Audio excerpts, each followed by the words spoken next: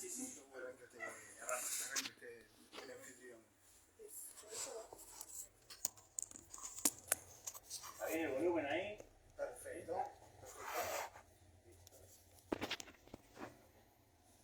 ¿Vamos a salir a la camioneta? Sí, estamos bien. Estás ahí. Bueno. Hagan la recepción. Aquí estamos. Hola a todos. Bueno, estamos por comenzar. Bienvenidos a todos a nuestro Arcón Soñar Libros, librería de libros usados y de autores independientes y editoriales independientes. Hoy tenemos con nosotros a Mario Diego Peralta con su libro Trashumantes y a Juan Santiago Avendaño, ahí está, quería decirlo bien, de Santiago del Estero, con su libro de poesía, ¿no es cierto?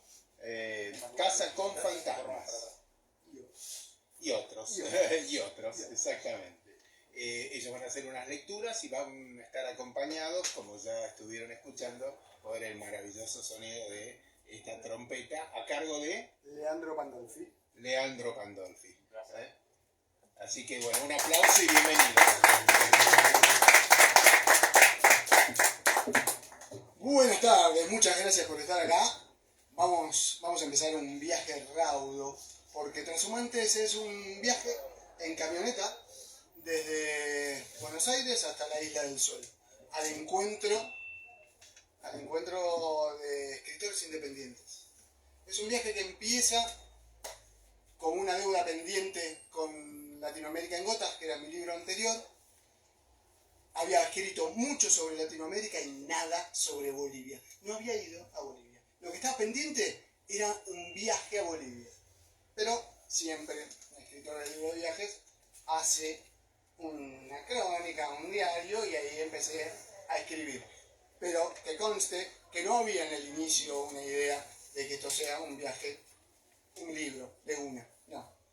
Sí, escribir algo, sí, y vaya a saber qué pasaba. Pero ese viaje, que tenía como destino Bolivia, arranca por San Lorenzo, Santa Fe, para encontrarme con Clara Suárez. Clara Suárez, la autora de La Habitación, es una escritora con la que habíamos hecho un intercambio de libros en pandemia. Esto se dio mucho entre escritores independientes y allá, a volver para atrás, aquel envío por correo que nos habíamos hecho, fue que el primer destino fue al encuentro de ella. Clara Suárez, La Habitación. Ella le preguntó si era de la ciudad. Él le dijo que era de muchas partes. Ella le dijo que aquello era muy hippie y él no lo negó. Caminaron juntos por los lugares turísticos. Él le hablaba de historia. Ella absorbía cada palabra que él le dirigía. A veces ella acotaba algo, retazos de historias relacionadas con mitos que ella conocía desde niña, y en esos momentos era su turno de escucharla, porque él nada sabía de los mitos y las magias, de las noches estrelladas en las cuales lo extraño salía a merodear. Que el viaje ocupara este espacio en la ficción de Clara, Diego lo sintió como un guiño de valor compartido. Unos capítulos más adelante, Clara cuenta: tiempo atrás me encontré en una casona vieja en el medio del campo que servía como hospedaje a personas que, como yo, descansaban en el medio del viaje entre ciudad y ciudad. Era algo así como un motel para nómadas que estaban conociendo el mundo a dedo y sin metas fijas, y se encontraban desamparadas a mitad de una noche cualquiera. Allí fue donde conocí al esclavo. Era alto, de contextura ancha y cara perspicaz. Nunca me dijo su nombre, pero se encargó de atender todas mis necesidades en la única noche que pasé en la casona. Era un apasionado del trabajo. Decía no entender por qué la gente malgastaba su tiempo viajando cuando uno podía ser feliz estando en la misma posición que él. Confesó que las grandes ciudades no le interesaban y catalogó de corrupto a todo aquel que se involucrara en política. Empezaba a encontrarme en el viaje con escritores. Empezaban los escritores a contarme cómo era estar en sus ciudades.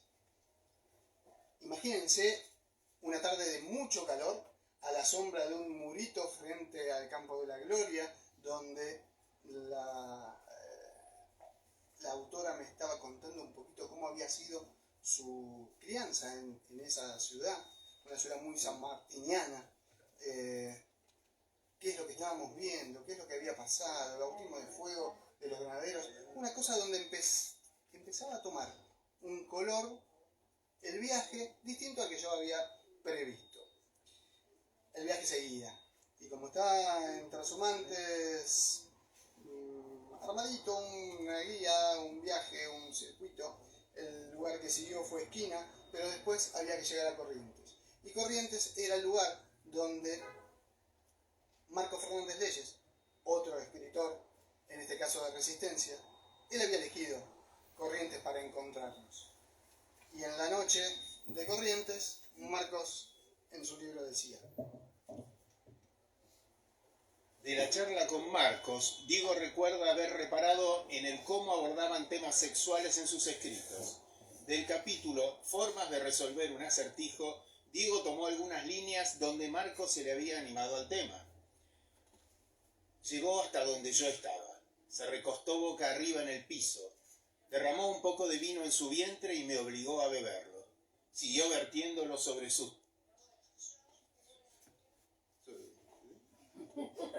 ¿Está bien? Literal. Siguió vertiéndolo sobre sus tetas y en el pubis, guiándome a cada paso para satisfacerla. Clavé mis dientes en sus clavículas y sorbí de sus labios. Me envolvió con sus dedos, su lengua recorrió mi pecho y me llenó la boca Se llenó la boca. Y lo hicimos sin frenos ni tabúes, explorándonos por completo hasta quedar exhaustos. Nunca tuve un sueño tan vívido. Al final un sueño. Encontrarse en libros de viaje con temas sexuales no es muy habitual. Todo el mundo ha pasado por esos caminos, sin embargo, muy pocos han dejado huella en sus libros. Yo notaba que en mis libros tampoco había nada de eso, pero en un acto también de traición a lo que yo mismo creía que podía hacer, digo, bueno, acá va a haber algo, pero va a haber algo extraído de Es inútil que corras, de Marco Fernández Leyes. Y el viaje seguía, el viaje iba para Salta, y en Salta era el último de los encuentros que de antemano tenía armado, y el recorrido entonces iba al encuentro de Pablo París y de María Belén Alemán. Eran escritores que en aquel momento tenía pensado encontrarme. Ahora, resulta que un rato antes paso por Metán, y en Metán me invitan a participar de una feria del libro. Metán Salta. Y ahí en Metán estaba al lado de una escritora, y yo no sabía, no me di cuenta. Después de haber charlado y compartido toda la tarde con ella, no me di cuenta que los encuentros con escritores no venían siempre de la mano de una preparación, un encuentro, un lugar, sino que se podían ir dando, como en ese momento con Ana María García, autora de varios libros de poesía. Ella es psicóloga, y se había dado ahí también un encuentro, y estábamos un poco charlando de cómo era ser escritor en Metán, cómo era, qué pasaba con las editoriales para cuando sos un escritor independiente, todas estas vicisitudes que pasamos, este laburo con editoriales vende humo, hay un laburo que no existe, que no aportan mucho, y donde necesitamos siempre una mano para vender, como la que tenemos acá en nuestro halcón, que no es común para los escritores independientes tener un lugar donde nos están esperando, y que por ahí más que el lugar ahí es el lugar acá, es que nos dan bola y nos dan este espacio, ¿no?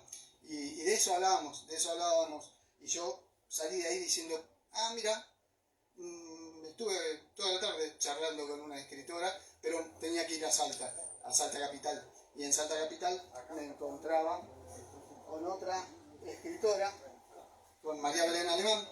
Y María Belén Alemán es la autora de Hasta volvernos a encontrar y también La vida de los días. Libros que también intercambiamos y charlas donde se daban, por ejemplo, ella me decía, che, yo quiero que nos encontremos en un bar al lado de la iglesia de San Francisco. Y ella me contaba un poco dónde estaban y se volvía a repetir esta magia, ¿no? De que fuese el escritor, el autor con el que me estaba encontrando, el que me contaba un poco de su ciudad. Estar, por ejemplo, en la plaza en la plaza central de Salta con Pablo París, donde él me contaba de su libro. El libro de él es Soltá la lengua.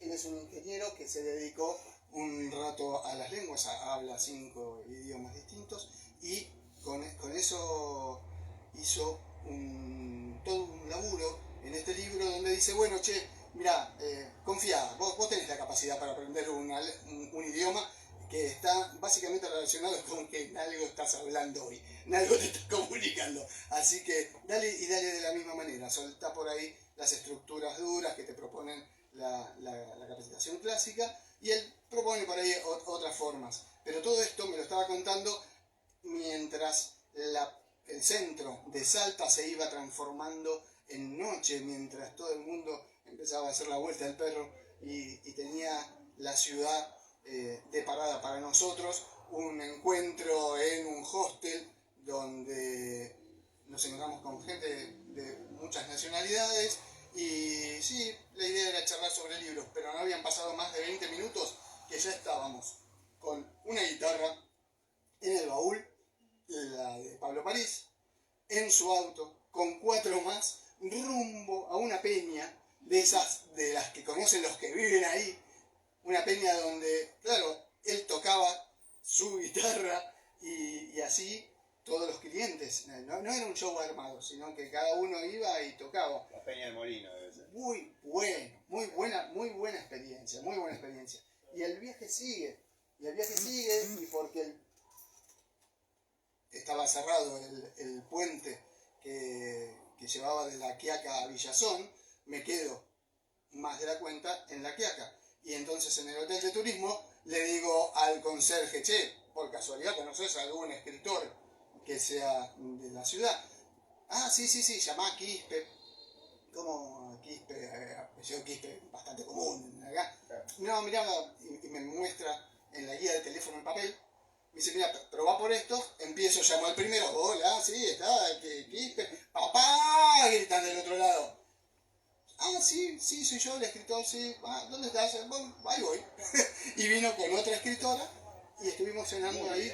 Y empezaba como a cebarse esta cuestión de encontrarse con escritores. Y salí y ya llegaba a Bolivia. Y en Bolivia no tenía nada palabrado. Tampoco, te digo, eran 3. Claro, eran 3 y terminaron siendo 16 con los que me terminé encontrando. Entonces, cuando llego al Salar de Uyuni, también pregunto, che, ¿hay algún escritor? Y desde una oficina de turismo me dicen, sí, allá en el estudio de fotografía que está acá a la vuelta, ahí hay un escritor. Y entonces voy y charlo con Edwin. Edwin me cuenta todo el laburo que él había hecho investigando de qué se trataba. El laburo de él fue sobre el reloj que está en la plaza frente al municipio en Uyuni, en la ciudad de Uyuni. Y sobre eso había hecho toda una investigación y me dice, no lo tengo todavía, déjame que te lo saque fotocopia y te lo manille y veniste en media hora y hacemos un intercambio. Y sí, eso hice, a media hora volví, hicimos el intercambio y nos sacamos una foto en el estudio de fotografía. La peor foto que saqué en mi vida, me la saqué en el estudio de fotografía en Uyuni. Y porque cuando te la sacas con el fotógrafo, da igual, parece que el lugar no aporta mucho. Y el viaje seguía y me lleva a La Paz. Y en La Paz me encuentro con Ignacio Vera de Rada. Ignacio Vera de Rada, de su libro La novela del dictador. En la página 155, Ignacio escribe: Los viajeros que ven en la monotonía altiplánica al llegar a la hollada quedan pasmados. Primero por el desfiladero de cerros que protegen a la ciudad de los vientos. Después por el aire diáfano que permite una visión tan clara de las cosas. Y por último, por la inmensa cavidad de la Sierra Andina, en cuyo centro la paz brota, mientras la convulsión del paisaje se sigue agitando alrededor. Hermosa descripción. Ignacio estuvo hace poquito acá en Buenos Aires y hicimos una presentación con él, siguiendo más o menos este formato, donde cuando la suerte me pica y me toca con la varita y me acerca a uno de los autores que tuve relacionado en el libro, y ellos están en Buenos Aires, y bueno, para mí es una oportunidad única para hacer un evento quizás como este, ¿sí? Y en su momento la idea de estar charlando con un escritor de La Paz, donde lo fui a ver a un barrio de las afueras, el barrio de San Miguel, un barrio que para llegar me tomé el teleférico, que es algo increíble, un medio de transporte, no sé si conoces, si lo usaron, si alguna vez fueron a La Paz.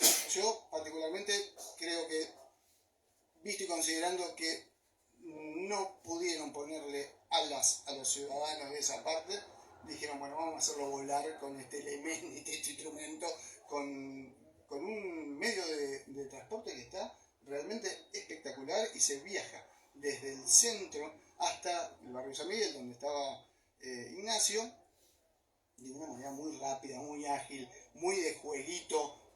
Para mí, siempre el teleférico es esa mezcla de turismo, si me trae, que sería un Río de Janeiro, y por el otro lado, una cosa así medio riesgosa del Ital Park, ¿no? De esto que Sí, pasa y había viento y uy, la puta. Totalmente, o cuando tienen que parar por alguna cuestión y vos decís, exacto, y te mira dejan para ahí abajo, arriba, Se queda ¿no? parado acá arriba. sentís Exacto. el ulular del viento así pegándole a las ventanas del teleférico y decís, ay, Dios mío. Exactamente. Pero bueno, el viaje seguía, y el viaje me tiró al destino, que era la Isla del Sol en el Titicaca.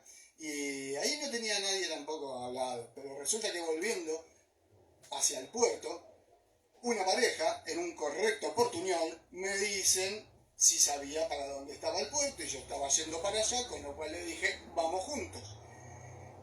Antes de subir todos al barquito que nos devolvía a Copacabana, ya habíamos intercambiado libros, porque ese que me había preguntado era un escritor de Brasil.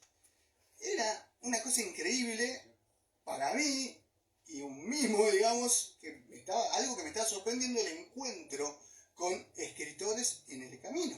Me encontraba con autores independientes, a veces buscándolo, otras veces aparecía. Fortuitamente con eso. Exactamente. Así que la historia sigue, pero desde ese punto máximo en Bolivia empezaba a volver. Y para volver elegí pasar por Sucre. Y en Sucre fui a una librería, quizás de una librera casi tan piola como los de nuestro Arcón, a la que le pregunté, che, ¿hay algún escritor de Sucre? Y me dice, mirá, hay estos tres, y tenía ahí abajo 3 libros, 3 autores. Me contacté y Dick Comandeur fue quien me recibió en su hotel, un hotel que era una casa histórica y que había generado con él, de origen holandés, se había puesto en pareja con una chica de Bolivia, de Sucre, y habían comprado ese edificio, casa antigua, ¿sí? Pusieron todo lo que tenían, y año de pandemia es donde tienen que abrir las puertas, mal momento, y dice, ¿qué hago? Bueno, me voy a dedicar a transformar esa investigación que había hecho él sobre qué había pasado en el edificio ese, leyendo las escrituras traslativas de dominio, viendo a ver quiénes eran, quién había comprado, cómo había sido, y eso había generado todo un laburo, y lo transformó en libro aprovechando el tiempo de la pandemia.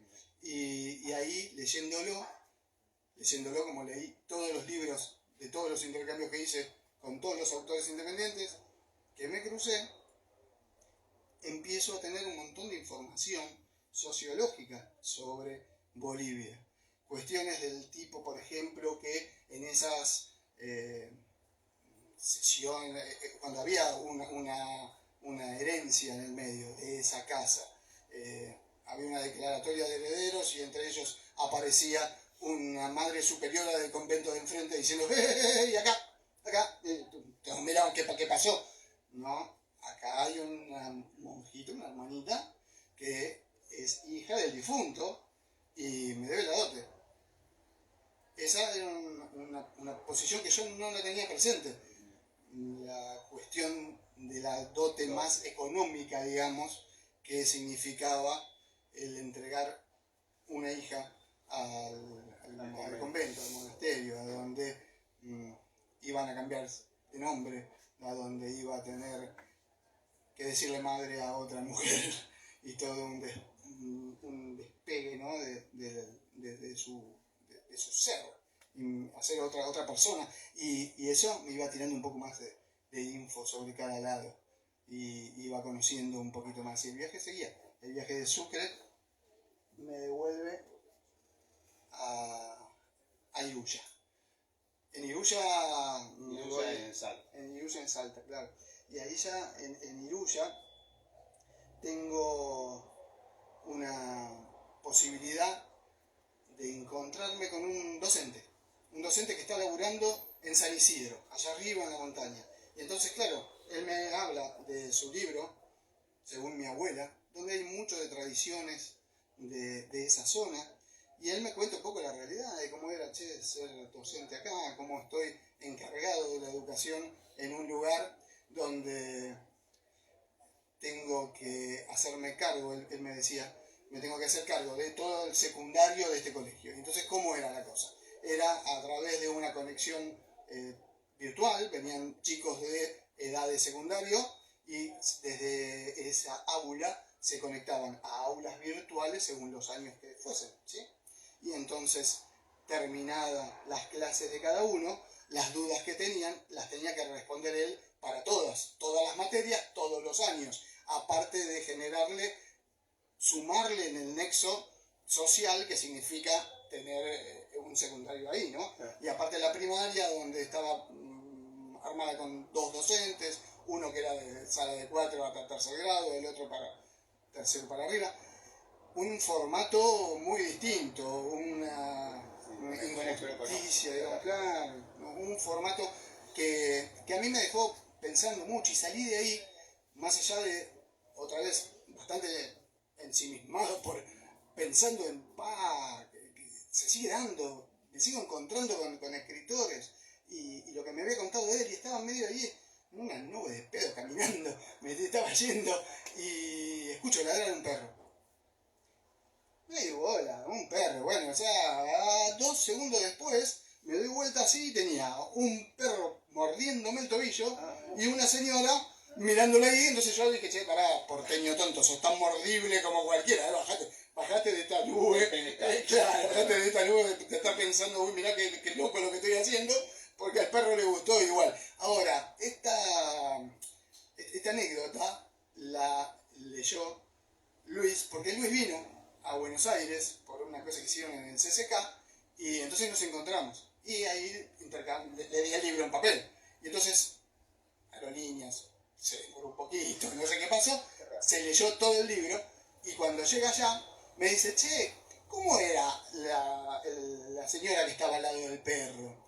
Porque mira, pueden ser 2, me dice, hay uno que muerde a todo el mundo y hay otra que está al lado de una señora que es cieguita, pobre, y claro, y es el perrito que la acompaña siempre. Qué feo, cómo putea a una ciega, qué mal. Era cieguita. Era dato que me tenía que decir antes de que yo termine de escribir el libro. Pero el viaje seguía, y ahí mismo, en Iruya, en un desayuno cualquiera de esos de hostel, me pongo a hablar con una mujer de unos 50 años que estaba con su sobrino, y empezamos a hablar, y bueno, y que este viaje, ¿no? Y los encuentros y escritores, y bueno, ella terminó siendo Luna, una escritora de Tandil, que había escrito su libro con autores de Argentina, la misma editorial que yo había hecho, tanto Transhumantes como, bueno, en ese momento Transhumantes no existía, pero el último, Latinoamérica en Gotas, y charlábamos, y terminé yendo, después de terminado todo este cuento, a la presentación del libro, a la Feria del Libro de Tandil, con Luna como anfitriona, digamos, allá, ¿no? Es como que estos lazos se seguían cruzando, y allá había que pegar la vuelta, y yo de Iruya ya volvía diciendo, bueno, me queda poco, había salteado Tucumán, había decidido pasar por Santiago del Estero, y todo esto ustedes saben que esto es una carrera contra el tiempo para llegar a Santiago del Estero, porque Santiago del Estero, ¿qué dice? Y ahí te encontraste con Juan Santiago Avendaño y su libro Casa con Fantasmas. Dice así: enciendo una bengala y pienso, el viaje es uno mismo y el camino es siempre de regreso. Muy bueno. Muy bueno. Venga, Juan Santiago, venga. Excelente. Muchas gracias. Pero por favor. Bienvenido. Amigo. Vamos a hacer un algo que le debemos a Buenas tardes, muchas gracias por el hogar, Fer y a Ale que no está presente, gracias a Diego por la Está invitación. viendo en vivo, así que... ¿Está viendo en vivo? Sí, Perfecto. claro. Saludamos aquí, ahí más cerca. Ahí va. Bueno, mi nombre es Juan Avendaño. Con Diego hemos tenido el gusto de encontrarnos en Santiago, en la Casa Cultural Eva Negra, que me venía comentando de su viaje. A mí, por supuesto, más allá de la emoción de que me cuente de lugares por los que había pasado, descubrir el entusiasmo con el que venía haciéndolo el viaje me pareció conmovedor. Inmediatamente pegamos onda, nos pusimos a hablar de distintos lugares en los que habíamos conocido, que habíamos coincidido, y aprovechando esta oportunidad, ese libro, Casa con Fantasmas, es un libro escrito durante la pandemia. No tiene que ver mucho con los viajes, no tiene que ver con los viajes, sino quizás con un camino de autoconocimiento en este momento tan raro como hemos vivido entre el 2020, 2021, etc. He traído un par de textos de otros libros con la intención de hacer una suerte de recorrida de poesía viajera. De uno de los lugares que has ido circulando entre Villazón y el Salar de Uyuni, queda un pueblo muy chiquito que se llama Tupiza. El poema dice: aquí el horizonte es una tregua, la única ofrenda de nuestra muerte al viento. Un viaje desolado desde un pueblo desolado a uno incierto. Para nosotros, los extraños, todos los pueblos se parecen en la piedad invertida de Dios que nos arrastra desnudo por la tierra.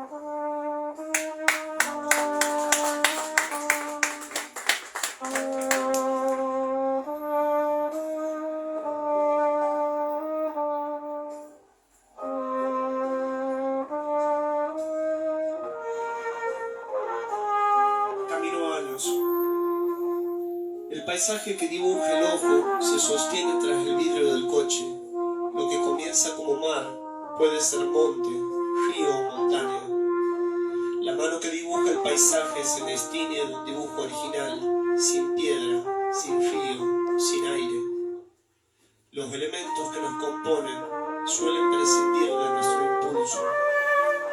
De pronto, tierra es mano, aire es boca, cielo es pie, y el hombre es universo, Dios y creación. El paisaje que contiene al hombre es dibujado por un ojo ajeno que no mira el lienzo mientras el dibujo le nace del pecho.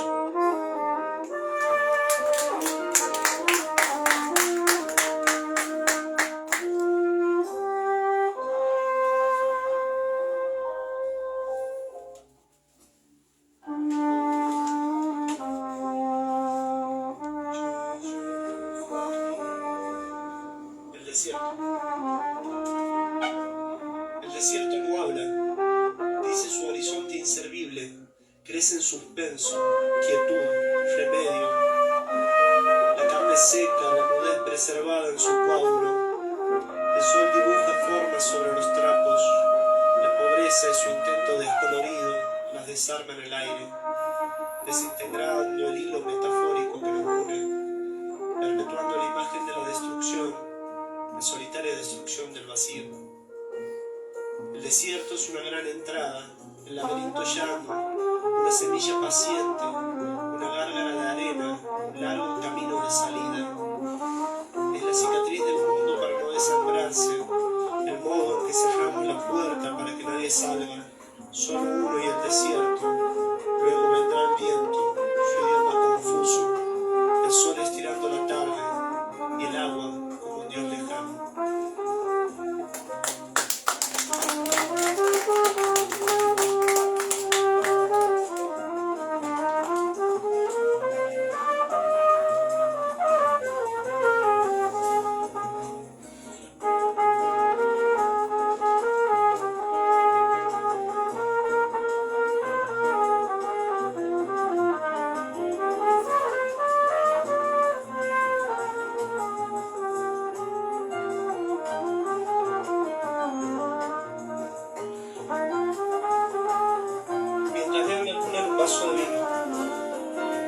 Hay un invento antiguo en el cielo, sostenido sobre las rejas, en el humo de las ciudades y la indeterminable precisión de las fronteras. Un ojo solitario, la escotilla por donde Dios mira el mundo cuando no hay nada para ver en la pantalla.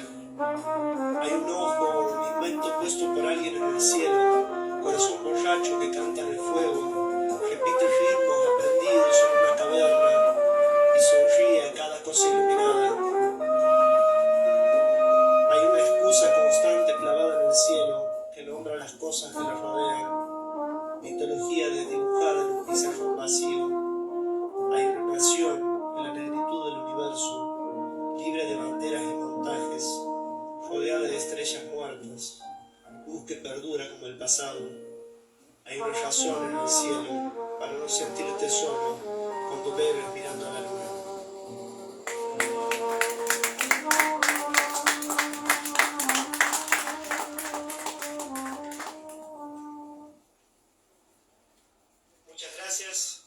Muchas gracias Leandro por My Funny Valentine, la hermosa interpretación, temazo.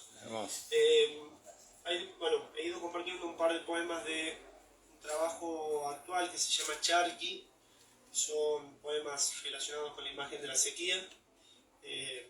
La geografía de Santiago es muy distinta a la geografía de Capital Federal y de provincia de Buenos Aires.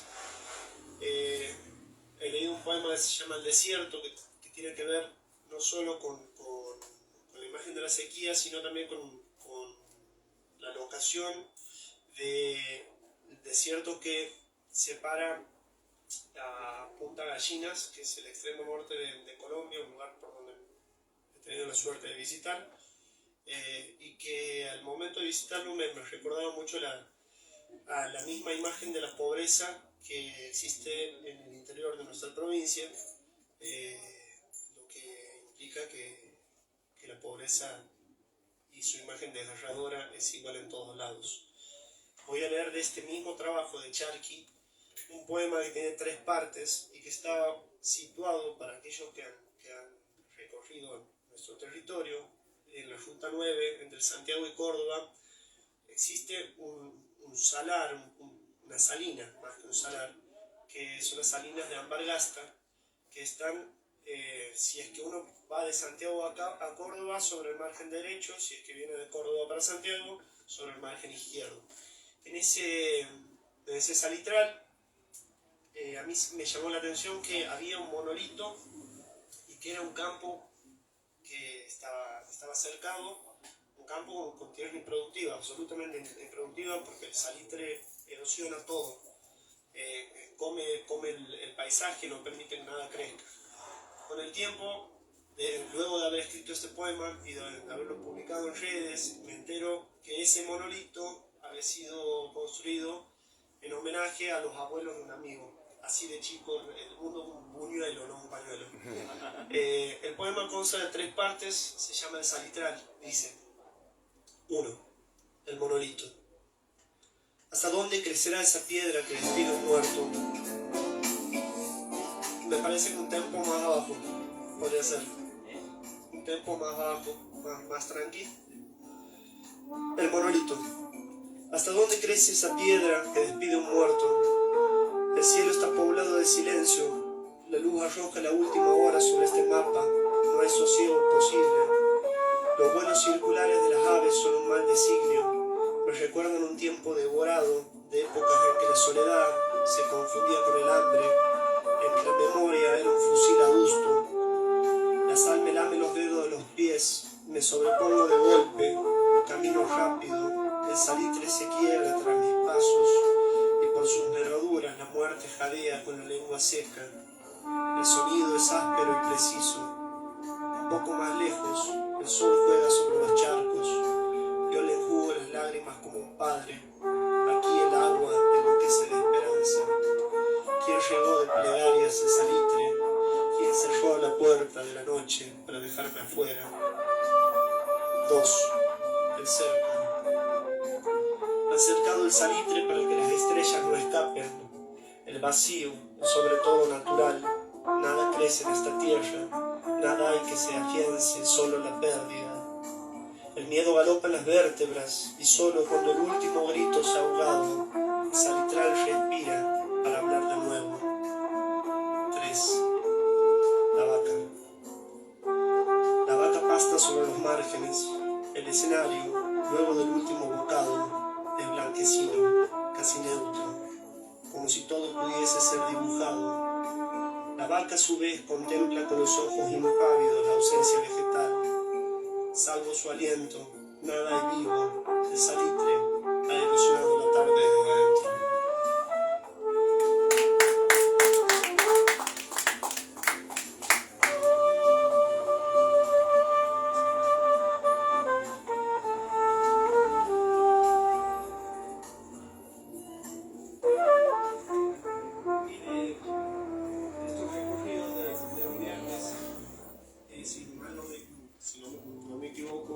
Creo que también ha andado por el sudeste asiático. Un poema que anda sobre 2 ruedas, se llama Bicicleta de Camboya, y recorre la ciudad de Siem Reap y los distintos templos. Comienza con un disparo casi mudo. Los monjes no toleraban otra violencia que no fuera el silencio. La partida apresura la fuerza, la dinámica del mundo tirado hacia el futuro. Las casas se suceden unas a otras, de pronto el vacío dentro de la ciudad, un cementerio habitado por gatos. Los fantasmas circulan libres, protegidos por sus guardianes. El aire tiene un peso desconocido. La rueda gira de nuevo hacia otro plano. Un templo prístino de rezos amenaza con absorber la atención. El calor se cambiar, resuelve insoportable.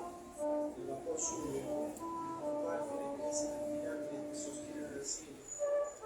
El escrutado suaviza el aire musicalmente. Es un lenguaje.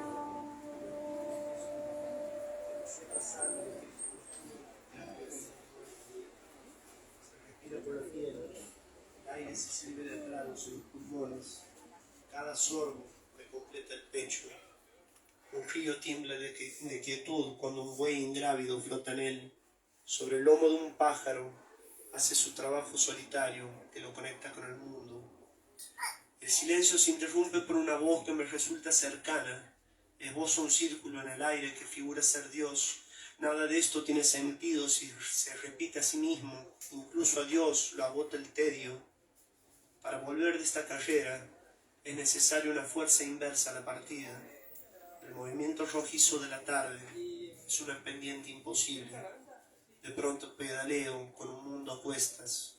Un gato me observa sobre una tumba. Un monje saluda con sus manos unidas. La campana anuncia el final del día. Gracias.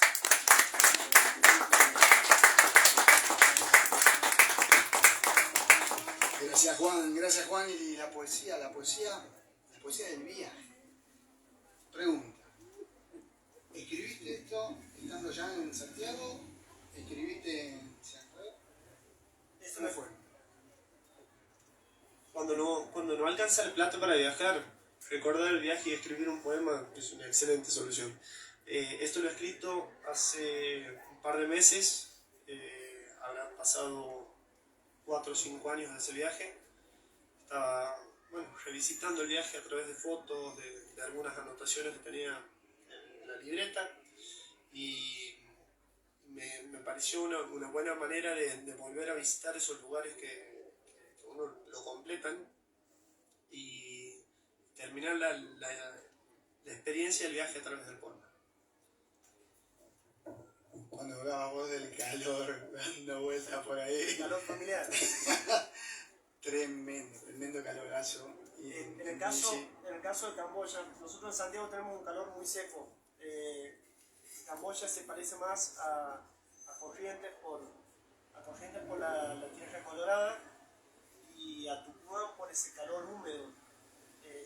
La verdad que es verdaderamente difícil poder hacer una actividad como andar en bicicleta y sostener el aliento, la respiración, porque es difícil respirar, es difícil estar en otra latitud, y era insoportable. Sí, el Gran Corbat para hacerlo encima es grande.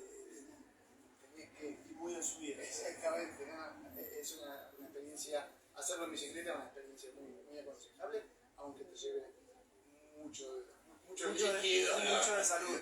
Te lleva mucho. Che, y hablábamos sobre ese punto por ahí que junta la poesía con el primero de los libros míos, que es Pegando la Vuelta, que es donde hay un poco del sudeste asiático.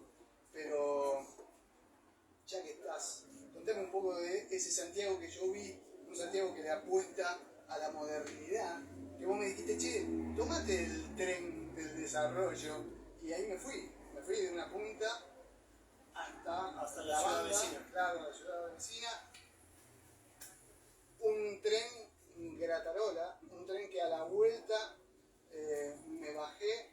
Yo me quedaría un segundo en este tren que era gratis, que era usado como medio de transporte real, comunicación real entre las dos ciudades.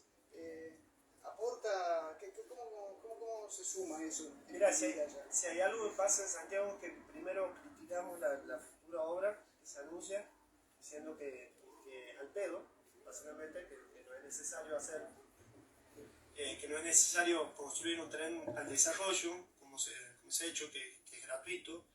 Y después, vemos las bondades. Lo mismo pasó cuando hicieron el estadio, que, sí, obviamente hay otras prioridades, hay otras necesidades, pero después nos dábamos cuenta que la construcción de un estadio de fútbol ha generado un aumento en el turismo, ha permitido que un montón de changos de Santiago tengan la oportunidad de ver a la selección, de verlo a Messi, de crecimiento económico dentro de la provincia. Esta ciudad que dice vos que es una ciudad moderna, de Santiago en estos últimos 15 años ha cambiado muchísimo. Nosotros hemos tenido 50 años de juarismo, que nos ha significado un bloqueo económico importante, porque Santiago no se adhiere a la ley de promoción industrial, lo que significa que la mayoría de las industrias que se iban a instalar en Santiago se instalaron en Catamarca, en La Rioja, en Tucumán, lo que generó un desmedro económico importante para el pueblo santiagueño.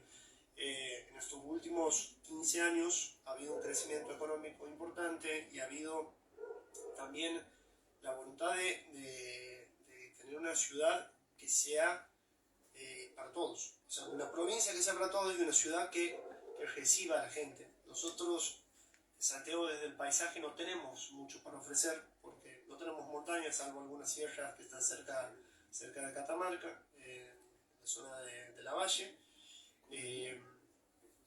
La belleza desde el paisaje no la vamos a encontrar, por supuesto que los paisajes en sí mismos son bellos, y también lo que resignifica el paisaje es el ojo que lo mira, pero tenemos otra cuestión para ofrecer, que es la calidez. O sea, uno cuando va a Santiago, por lo general, nos dicen los que vienen de afuera, que se siente muy a gusto, que los tratamos como si fuesen hermanos, que hay un afecto fraternal. Y eso es un poco también lo que vendemos, o sea, más allá de una ciudad que está creciendo velozmente, y esperemos que ahora también pueda crecer velozmente, a pesar del presidente que nos toca para los próximos 4 años. Es una ciudad que va creciendo, cada vez está más linda y que recibe un montón de gente. El debate se había hecho en el El foro, primer debate se ha hecho en Santiago del Estero, en el foro, en el Centro de Convenciones de Santiago. otro edificio digno de mención. Lo mismo que enfrente de la terminal de colectivo, que parece una terminal Sí, de es todo un circuito. Bueno, peronismo aparte, la terminal se llama Néstor Carlos Kirchner. Es todo un circuito muy bien desarrollado dentro de lo que se llama el barrio Alberdi. Está el centro de convenciones, la terminal de ómnibus y un par de edificios muy bonitos que están vinculados con Fiscalía de Estado, Escribanía de Gobierno. Se ha dejado en esa misma zona el empedrado clásico, creo que es la única calle que tiene en la capital con empedrado clásico, después todo lo demás es pavimentado. La ciudad está muy linda, las invito a todos los porteños y no porteños que están presentes en la capital, que nos visiten, lo vamos a tratar muy bien. Y a la Secretaría de Turismo y Cultura de Santiago del Estero que me pague el pasaje después de semejante chico que estoy haciendo. Sponsoreo. Sí. Es una ciudad que me llamó la atención en el viaje donde lo conocí a Juan, porque yo venía andando en auto y le venía conociendo el otro lado, el lado B, C, D, E y F a Santiago del Estero, donde la pobreza se veía por muchos kilómetros. Y la ciudad de Santiago es una apuesta que, coincido con vos, me parece que es hagamos un atractivo. El estadio es increíble. El estadio está muy bueno. Un estadio moderno, está muy bien preparado. Es una estación del tren de que hablábamos. Tiene estación que termina ahí. Un laburo enorme en el Museo del Bicentenario. También, eso es en el centro de la ciudad capital. Es un centro cultural del Bicentenario que, bueno, ha servido también para unificar distintos museos que había en Santiago. El Museo Histórico, el Museo de Bellas Artes, que han hecho un edificio que es muy lindo. Bueno, justo en esa parte hay túneles bajo el suelo que conectaban a la catedral con esta parte antiguamente era la jefatura de policía, que también conectaba con la municipalidad. Y ahí pasás por lugares que están ambientados como si fuese una peña, o como si fuese el momento del Día de Muertos, y está todo bastante bien armadito. Es una ciudad muy linda. Bien pensado. Les recomiendo bien que vayan. pensado. Está muy bueno bueno. el tiempo. Gracias mi gente de Santiago que está del otro lado. Bueno, en Santiago había que seguir el viaje, había que darle un tramo más hasta Córdoba, porque en San Marcos Sierra tenía pensado ese final de este viaje. Y en San Marcos Sierra estábamos en una tarde calurosa, con el mundial ya empezado, un dato no menor, juntándome con un amigo, ¿sí? Con Ale Raymond, que me contaba un poquito sobre sus libros. De su libro Que la noche nos encuentre viajando. Que la noche nos encuentre viajando. Que viajar sea siempre a favor del río. Que el río nos acompañe cantando. Que el canto traiga alegría. Que la alegría sea compartida. Y que compartir sea una unión entre hermanos. Que los hermanos abran las puertas de sus casas. Que las puertas y las casas nos dejen salir a pasear por la noche. Que la noche nos encuentre viajando.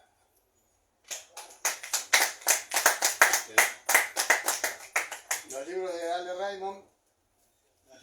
Raymond, él había encontrado como experiencia de la venta varios caminos distintos. En algún momento había dicho, bueno, salgo a hacer venta ambulante. En otro momento dijo, bueno, me prendo en alguna feria y voy a darle un poco más de manija teniendo un stand. Y había pasado por un montón de caminos distintos. Hoy Ale Raymond, a partir del 10 de diciembre, va a ser el secretario de Cultura de allá.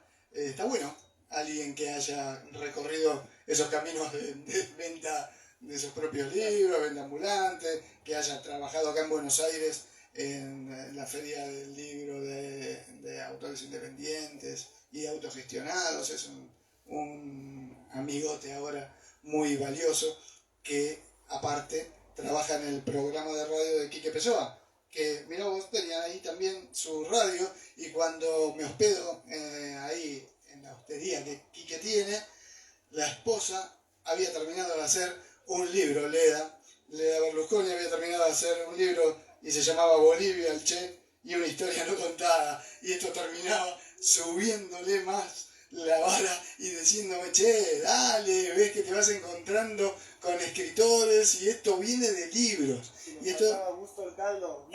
claro, exactamente. Y bueno, el libro tomó forma. Y ahora ya lo sé, ya volví, ya conté, ya escribí, pero tengo la necesidad de mirar para atrás por la alegría de haberlo podido hacer, de haber ido creando el sueño en el camino, de darme cuenta que se iba armando algo en formato de desafío a medida que avanzaba, que salí con la idea de hacerlo, pero llevado a su mínima expresión, que la realidad lo multiplicó por 10, por 100, por 1000, y lo transformó en el relato que quise contarles en este Trashumantes.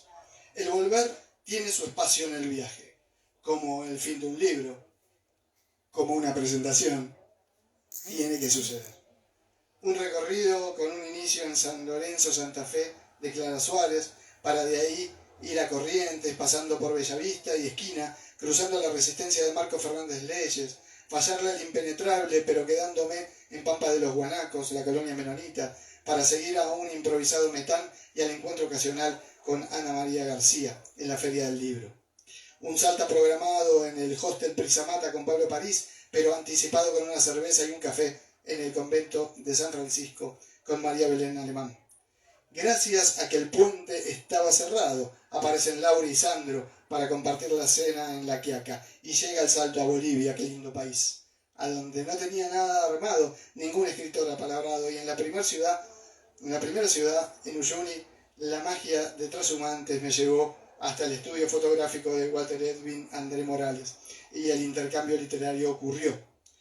Ese era un penal, como el sorpresivo encuentro con José Manuel Torres, poniendo en la Isla del Sol un autor, 2 golazos metidos en territorio boliviano, 3 cuando apareció Ignacio Vera de Rada en la parte más rica de La Paz. Y para terminar la ronda, aparece una librera indicándome que Dick Comandeur era un autor de Sucre y se produce el encuentro en su hotel, el 4º golazo. Regresando a Argentina, el programa tenía para el final a toda orquesta al genio de Alejandro Raymond, pero antes se caerían 2 tucumanos y cambió el rumbo. Entonces en Santiago del Estero fluyó un encuentro del carajo, de esos que combinan lugar con autores y anfitriones, donde todo está más que bien. Aparece Juan Santiago Avendaño para ponerle poesía a la noche y viaje a los recuerdos. Y final de la gira llega con Ale, con su entusiasmo y calidez, pero aparece un bonus track, la frutilla del postre, el viaje que me cruza con Leda en su hostería. ¿Qué más podía pedir? Los paisajes, sus ciudades, las comidas, la música, ahora tienen también los rostros de esos autores y autoras que se dejaron encontrar en el camino. Y no solo la foto con ellos, sino la charla siempre amena, un anfitrión que en primera persona agregaba historias a mi viaje, que me contaba algo sobre sus libros, su pueblo, su ciudad, dejando ver su idiosincrasia, la cultura del lugar, un combo que me hacía explotar el corazón de alegría a medida que avanzaba. Se iban sumando y de 4 originales pasaban a 16 referentes de la literatura independiente. ¿Qué más podía pedir? Ahora ya lo sé. Lo grité y me fui a festejar por las calles con los más de 6 millones de otros que en Buenos Aires le agradecíamos a Messi que Argentina hubiera ganado un campeonato mundial de fútbol luego de 36 años y por penales, sufriéndolo para que el estallido del triunfo se terminara escuchando por todo el mundo. ¿Qué más podía pedir? Hay finales que son hermosos, llenos de agradecimiento. Fin.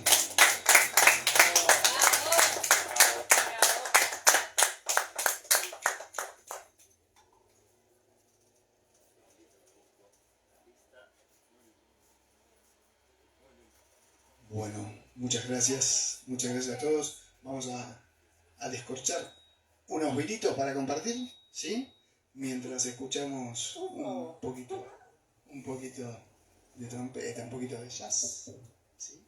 Muchas gracias de nuevo.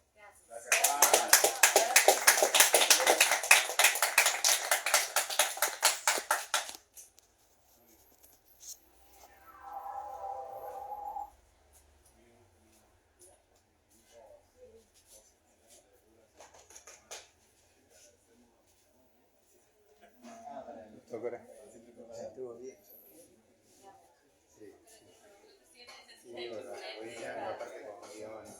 Siempre tiene esa presentación con música. Hoy en ese abre con Bárbara Conchaz, que se da la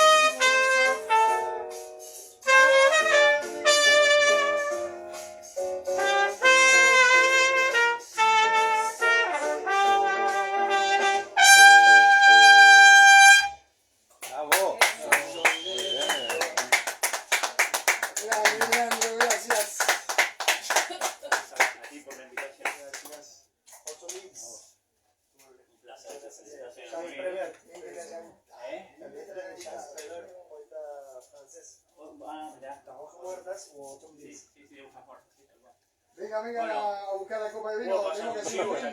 Sí, pero por supuesto. Mañana con la Conurbano Big Band tocamos en Maswich, lejos de acá, pero si alguno anda por allá o quiere ir, Ruta 70, un bar que está ahí enfrente de la estación. Así que si alguno quiere ir, vamos a hacer estándar de jazz, 12 temas. ¿Cómo se llama el grupo? Conurbano Big Band. Conurbano. Están invitados. Y es entrada a la gorra, ¿no? No hay que parar. 12 kilómetros con la bicicleta, como tengo en el Muy bien. 12 kilómetros. ¿Estamos? ¿Falta alguien más para el brindis? Vino siempre bien recibido, jamás bendecido. ¿Está ahí? ¿Este para mí? Para bendecir el lugar y la noche. Un trabajo no se le puede negar, por supuesto. Bueno, gente, muchas gracias. Salud, Salud. salud a todos. Gracias por venir a todos. Que sigan los éxitos. Gracias, Fer. Gracias, Dios. Gracias, Fer. Ahora, Vamos a ir a Santiago. En invierno mejor.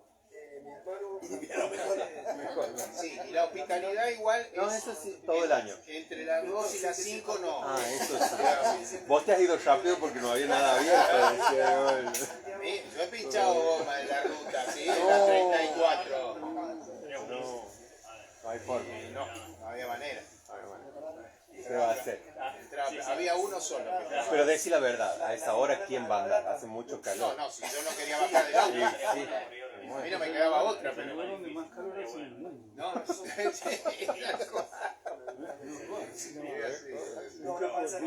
deben tirar ahí en el Qué bárbaro. Esto se quejan los brasileños de 60, los santiago le ganan 60, 70. Días. 60. La ropa no se queda, no se seca, queda ahí. ¿Viste lo que hacían? Se iban todos al mar, ahí estaban buenísimos. Viene el mar y encima la laguna rodeó de feca ahí al frente. Claro. Están entre la laguna y el mar. Ya no hay más. No hay nada. No, pero la ciudad está A mí muy... me encanta porque se come muy bien. El lugar donde mejor se come. No hay un lugar que te vendan una comida mala. Algún lugar. Que prospere, claro. Que prospere. Sí, sí, impresionante. Somos muy... Vas a una roticería, te dice que es impresionante cómo se come. Yo voy a comer. Es impresionante. Che, qué linda biblioteca que has armado. Es hermosa. Muchas gracias. Es hermosa. Antes Bien estábamos nutrida. acá a 4 cuadras, ya era un poco más chicos. ¿Hace cuánto te has mudado? Hace 2 semanas, 3. Buenísimo, ya está. Sí, casi estrenando. ¿Te fuiste en un lugar más grande? No, en un lugar más chico. Pero nos fuimos porque no nos quería. No nos quería renovar el contrato directamente. Sigo en vivo, así que voy a pagar el vivo. Me olvidé del vivo, muchachos. Chau amigos. Dejé a todos colgados acá mientras brindábamos. Salud, gracias a todos por presenciar el evento. Y viva la literatura independiente. Sí, pero bueno, en algún momento se va a saber. Estos libros que bueno que están.